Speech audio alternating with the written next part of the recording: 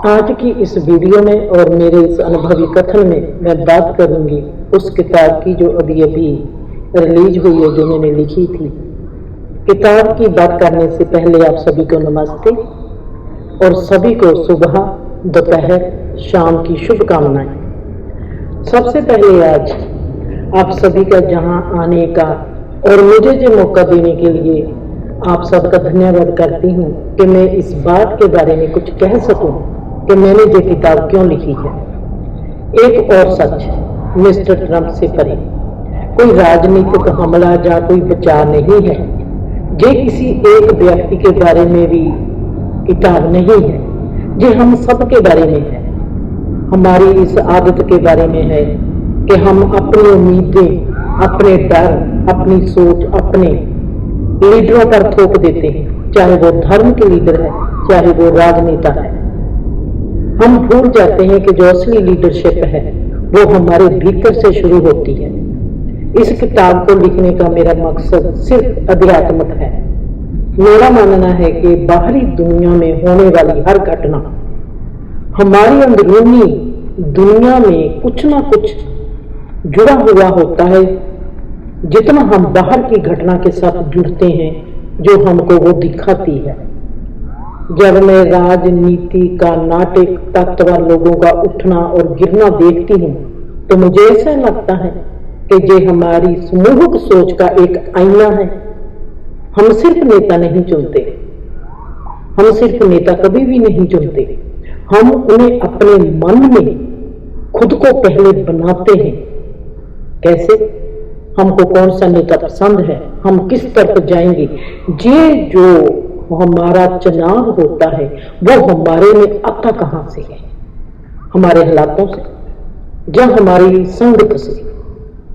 मुझे ये किताब सच के बारे में एक तरह का चिंतन के रूप में लिखने का मन हुआ जब मैंने देखा कि चारों तरफ कैसे मिस्टर ट्रंप के बारे में बातचीत हो रही है, कैसे कोलाहल मचा हुआ है, कैसे शोर शराबा है, और मैं उससे क्या सीख रही हूं, मुझको क्या दिखाई देता है।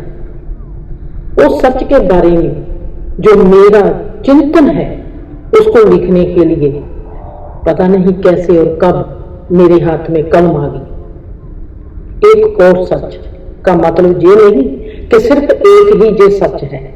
इसका मतलब ये है कि हमारे इस जीवन के बहुत पहलू हैं जो सभी के सभी सच हैं। वो सच कैसे है? अगर हर चीज सच है तो वो कैसे सच है?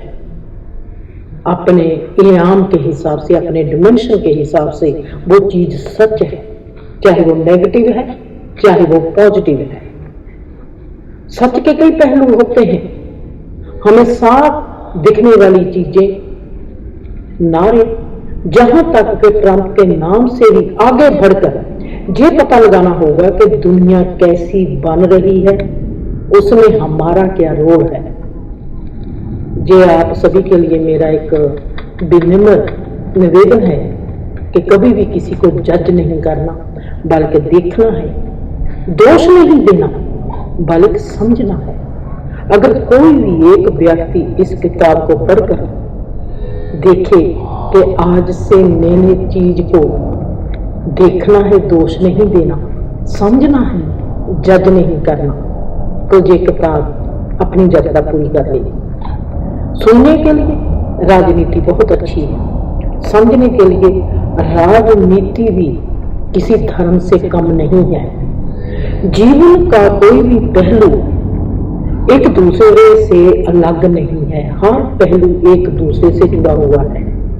क्या आप सोचते हो कि आज के धर्म जो गुरु हैं, जो हमारे चारों तरफ धर्म के खिलवाड़ हैं, जहाँ धर्म की खेल है, जहाँ धर्म नाम है, जहाँ धर्म शब्द है, क्या उसमें राजनीति नहीं है?